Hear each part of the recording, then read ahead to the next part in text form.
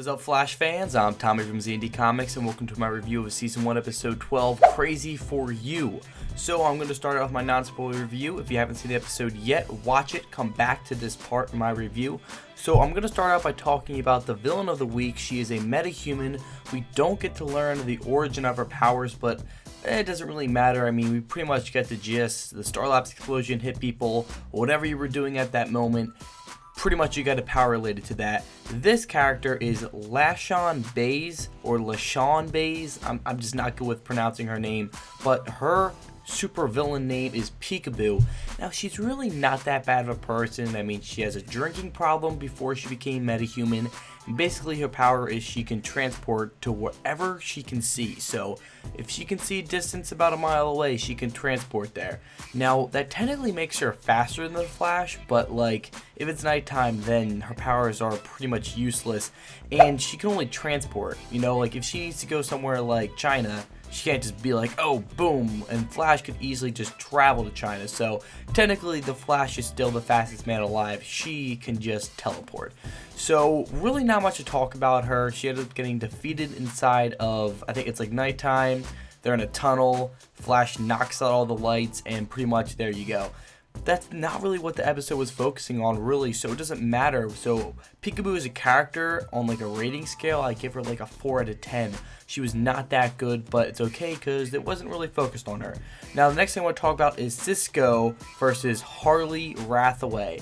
Now, they didn't fight. Well, they did fight in the episode, but what's going on, you found in the last episode, is that Harley Rathaway is really smart. He's really educated, and he knows the origin of, you know, what happened to Ronnie Mangman, what happened with Martin Stein, and what the hell is going on with this Firestorm dilemma. So he ends up explaining to Cisco that Martin Stein merged with Ronnie Raymond.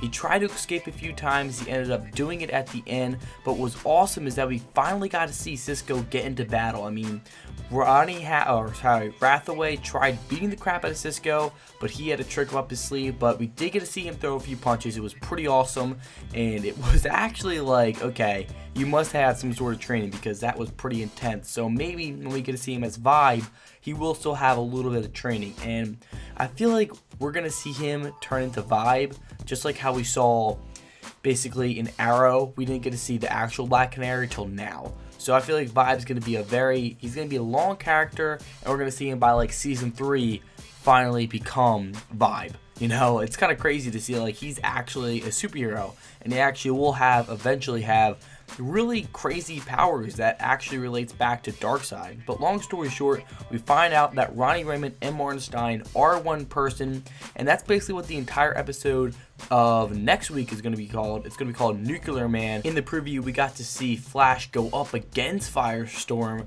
which is interesting because Firestorm is a hero and he will become one. He's probably just a little bit insane because, I mean, 2 people in one body, that cannot be good. But not too much to say about that besides the fact that this was definitely building up to that moment, and I'm excited for next week's episode because it's definitely going to be awesome, and it looks like we're going to be seeing a nuclear explosion that could possibly separate Ronnie and Dr. Stein. I'm pretty sure that's already confirmed for episode 14 titled Fallout. So let's talk about the next thing. And now, those were the 2 big parts about this episode, was Peekaboo as the, yes, that is her name, Peekaboo, as the main villain, and then Cisco versus Harley Rathaway. This next part I found absolutely hilarious, and kind of find it interesting that in each episode something alcoholic is related, but I just caught on to that. But Caitlin Snow gets drunk in this episode. She goes out to the bar with Barry Allen. After Barry Allen tries to attempt to get with Iris again, he's just kind of over that now. Anyway, he ends up going out with Caitlin to a bar, and she gets really drunk. She's trying to forget about, of course, what's going on with the Firestorm and Ronnie Raymond situation. She gets really drunk, she goes karaokeing, and she comes back to her room, and Flash fixes her up and like cleans her up and then puts her back to bed. And I mean, if I was the Flash, I would have, I don't even want to explain it. I think you know what I'm going to say, but I would have had my way. And that sounds pretty bad, but no, really, Caitlin Snow getting drunk was probably the best part of this episode. I mean, it was so funny. I was like, this is just great. I mean, this show is absolutely fantastic. It's probably one of the best shows I've seen on CW. It's by far 10 times better than Arrow was in its first season, and every episode gets better and better. So this was definitely a great scene, and I just love it. And it's funny now that we can see like Caitlin Snow and Barry Allen having a thing together, but we know that Caitlin Snow is eventually going to go back to Firestorm and Ronnie Raymond, and we do know from promotional pictures that Barry Allen and Iris West are going to get together too. So seeing this relationship build up is kind of pointless, knowing that it's not actually ever going to really happen. If it does, we'll have to see that in like season 2, possibly season 3. Let's move on to the next topic, and that is that we got to see a lot of Mr. Allen in this episode. And no, I'm not talking about Barry Allen, I'm talking about his dad. Basically, he helped him stop Peekaboo and stop the whole money exchange and everything. But we gotta find out probably the best scene throughout the entire series, the best acting I've seen, was the last scene of this episode where Barry Allen is talking to his dad, and his dad is basically saying, "I know who you are, son."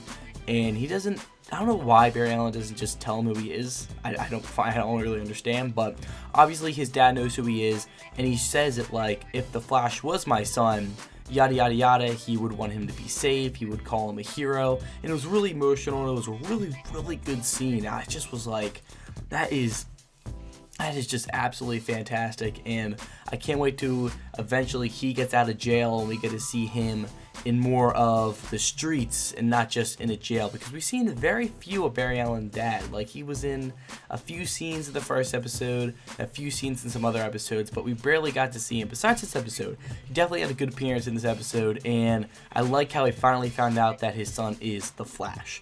So let's move on to the next topic, that is Linda Park. I'm kind of confused because from the promos I seen, I thought Linda Park was going to have a big part in this episode, but she didn't. Basically, she fell for Barry right away when he went out to the bar with Caitlin Snow. And so Linda Park, ironically, works at the same company as I think Iris West works at. She works in like the sports section, while Iris is really focusing on the Flash. So Linda Park and Barry Allen are probably going to have a relationship starting next episode. They're going to start going out. They're going to start making babies and stuff. So that's awesome. Let's talk about the last part of this episode, which was like, holy crap, I mean, no one was expecting this, and that is Gorilla Grodd made his second appearance. We saw his first appearance in like an Easter egg. In like the first episode, there was apparently a gorilla named Gorilla Grodd in Star Labs, so he's probably going to have an origin related to, my guess is, he had the Star Labs explosion, he has powers, yada yada yada, or he can talk. But anyway, Gorilla Grodd has been living in the sewers like Killer Croc, and he ended up attacking 2 people who were going down there, I guess, to fix some sewage pipe, and it was pretty awesome. Now, we didn't get to see a lot of Gorilla Grodd because it's going to involve a lot of CG. This is a TV show, so they can't really do it that much, but we did get to see Gorilla Grodd, a little shadow of him. He was huge, he was big, he knew what he was doing, and the CG, from what I did see, looked pretty freaking awesome. So I can't wait to hear how he talks. I can't wait to hear how smart he is, because in the comics, he's very, very intellectual. He's very smart. And in the comics, his origin is that there's like a gorilla city and everything that's like hidden in the earth. And that's what I kind of don't like. That's like the best part about Gorilla Grodd, is that like he's like a gorilla. There's like a gorilla city like right next to really literally there is Central City, and then like right next to it there's like a hidden gorilla city. And we're probably not going to get to see that because his powers aren't going to be related to that. They're going to be more related to the Star Labs explosion. That's the only bad thing I don't like about the Flash, is that anybody who has power so far in this universe got it from the Star Labs explosion. But don't worry, because we're going to be seeing Vixen and Animal Man soon. Those characters both have powers that aren't any way related to the Star Labs explosion, and they are in continuity with this universe, and we'll get to see her cartoon show, I guess starting next fall. So that's pretty awesome. And that's pretty much all I got to say about this episode. I give it, for my rating, an 8 out of 10. Very good episode. I'm excited. I think the next episode is going to be even better, because we're going to be talking a lot about firestorm and everything, and he is just, ooh, he's awesome. I'm really excited for it. So Nuclear Man is the next episode. Hopefully it's better than this. Anyway, I give this episode 8 out of 10, but now it's time for a question. What do you expect from Gorilla Grodd? That is the question for today, and this for my review. What do you expect from him? Do you expect him to be very smart? Do you expect him to team up with the rogues? What do you expect from Gorilla Grodd? I want to hear your answer in the comment section down below. If you have any comments or questions, please post them down below. Like this video and subscribe to my channel if you're new. My name is Tommy from Z&D Comics, and thank you for watching.